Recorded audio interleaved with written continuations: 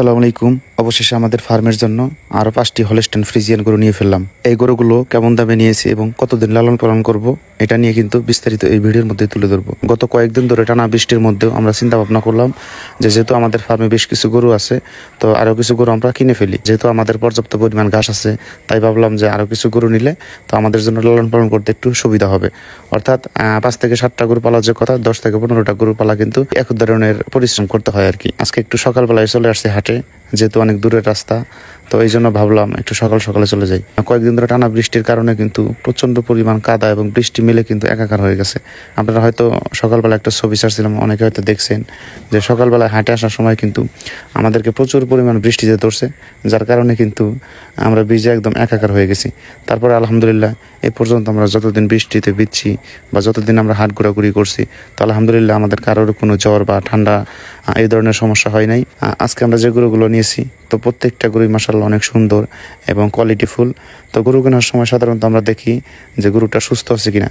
আসলে গরু নির্বাচন করার ক্ষেত্রে প্রথমে দেখতে হবে যে গরুটা সুস্থ আছে কিনা।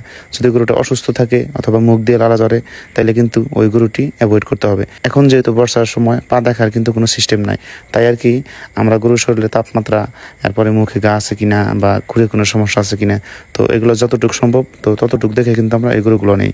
আর গরু কেনার সময় অবশ্যই যারা একটু অভিজ্ঞ তাদেরকে নিয়ে যাবেন, কারণ গরুর হাটে কিন্তু অনেক কথা বলতে হয় এবং ব্যাপারীরা বা দালালরা কিন্তু অনেক পাইতারা করে গরুগুলো একটু বেশি দামে বিক্রি করার জন্য। আর একটু ভালো গরু হইলে বা জাতমান কোয়ালিটি একটু অন্যরকম হইলে তাহলে এগুলো গরুর ডিমান্ড কিন্তু আরও বেশি। ইতিমধ্যে আমরা কিন্তু অলরেডি কয়েকটা গরু কিনে ফেলছি। তো প্রথমত আমরা যে গরুটি নিয়ে নিলাম, এই গরুটাই হচ্ছে আমরা 1,46,000 টাকা দিয়ে নিয়েছি। আর দ্বিতীয়ত গরুটা আমরা 1,54,000 টাকা দিয়ে নিয়েছি। আজকে আর কি চিন্তা ভাবনা করলাম যে একটু ছোট সাইজের গরুর মধ্যে নেওয়া যাক, যেহেতু ওই গরুগুলো মোটামুটি 1,35,000 থেকে 40,000 মধ্যে নিয়েছি বা আর একটু বেশি দামের মধ্যেও ছিল। তো আজকে আমরা যে পরের 3টা গরু উঠাইলাম, তো এখান থেকে একটার দাম হচ্ছে 1,16,000, আর একটা 1,18,000, আর সর্বশেষ যে গরুটা আমরা উঠাইছি এই গরুটার দাম নিছে, এই গরুটা আমরা নিয়েছি 1,15,000 টাকা দিয়ে। তো টোটাল এখানে আমরা যে 5টা গরু নিছি, তো 5টা গরুর মধ্যে একটা গরুর 2 দাঁত, আর একটা গরুর 4 দাঁত, আর 3টা কিন্তু এখনো পর্যন্ত দাঁত হয় নাই। হয়তো অচিরে এই গরুগুলো দাঁত হবে।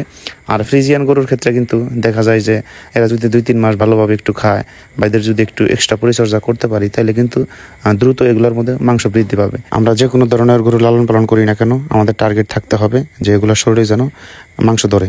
আসলে দিন শেষে কিন্তু গরুটা যতই সুন্দর থাক বা গরুটা যতই কোয়ালিটি থাক, দিন শেষে যখন আমরা গরু কিনতে যাই বা যখন আমরা গরু বিক্রি করতে যাই, তখন কিন্তু আমরা সবাই মাংসের আইডিয়াই করি। এই গরুগুলো হয়তো 5 থেকে 6 মাস পর্যন্ত লালন পালন করব।